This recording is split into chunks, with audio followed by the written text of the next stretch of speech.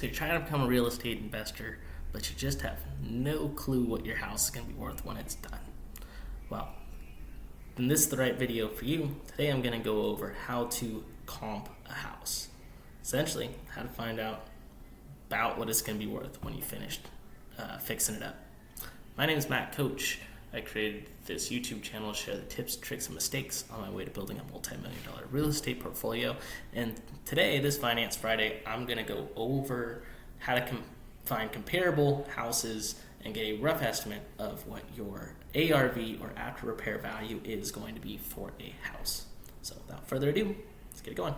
All right, so I'm going to show you guys how to comp a house and basically tell you guys kind of what your rehab budget is for a house after you comp it, how to calculate that whole thing. So we found a 3-bed, 1-bath, 1,117 square feet. Sold for $30,000. I actually looked at this house in person. So what we're going to do, we're going to find the comps. That's essentially, we're going to find about 3 houses that are similar to this one, also 3-bed houses, preferably also with 1 bath, built around the same year. So we go home details, 1914. So we want an older house. And we're going to basically find all the prices of those and compare those to give us an estimate of how much this house will be worth when we fully fix it up. So I'm on Zillow right here. You guys can also utilize Realtor.com and Redfin up here to get more comparable houses. But what am I doing? I'm going to zoom out a little bit. I'm going to look for sold houses, right? At least for 50K, because nothing under 50K is probably finished in the area. I'm looking for houses that are sold right here. So 1,500 square feet, right? We have 1,100 square foot house. We don't want houses that are tremendously bigger. And nothing past 1950 because we want an older house. And then we want to make sure they weren't sold over a year ago, so at least within the last year. So what we're going to find is we got these 3 houses are what we are going to utilize right here to do our comp. Right, so we have right here 2498 East 126th Street. We're going to use this one. That's one of our comp examples, so you'll see it over here. Let me scroll back. Sorry, I have it all written out. So I got the comp right here. It sold for $180,000, and it's 1,378 square feet that you can see right here. And what I'm going to calculate for is the price per square footage. It's right here. How did I calculate that? 180,000 divided by 1,378. Right. So this one minus this one. Then you're going to see that again for this $165,000 house. That's another comp we're going to use, right? So 165 divided by 1370, you see $120 per square foot. And then we're going to use this $80,000 house here, 3-bed, 2-bath. Also, so that one sold for $79,900, 1470, so that's $54 per square foot. So what are we going to use all these numbers for, right? We're going to take the average of these 3 numbers. This is how appraisals are typically done. They're going to find the comparable houses, and then they're going to take the average price per square foot. So between these 3, I took the sum of all of them, added them all up, divided by 3, right? It's about 4th grade level math to find that out.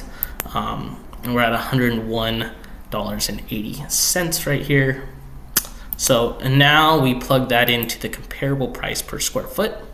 So we take our square footage, right, 1,117 feet, right, multiply it by the comparable price per square foot, and that's how we find the ARV, or after repair value. So this is the price that we're going to $113,716.48 is what we are going to guesstimate our house will be worth when it is all said and done and finished. So then right here, right, what does this mean? We think that if we we're going to sell the house, we'd sell it for about this much. We think if we we're going to get a loan against the house, the bank would say it's worth about this much. So then our next spot right here, if we're going to keep the house, right, is the price the bank's going to give on our loan. So how did I calculate that? Well, the bank's going to give you 75% of this value in a loan, and then you're going to also have to pay about 6% in a cost for that loan. So I multiplied this by 0.69, so 75 minus 6, get that 69%. That's essentially going to be the amount of money that we receive from finishing out this loan. How much was it bought for? It was bought for $30,000, right? And then you're also going to pay about 6% when you buy the house for closing costs. So this is going to be our total amount for purchase. And then we're going to plug in, say we want to make $10,000 on this house. We're going to plug that in. So what we're going to do is we're going to take this, and we're going to subtract this, this, and this to find our rehab budget, right? So this one minus these three, right? And now we find that we can put in $36,664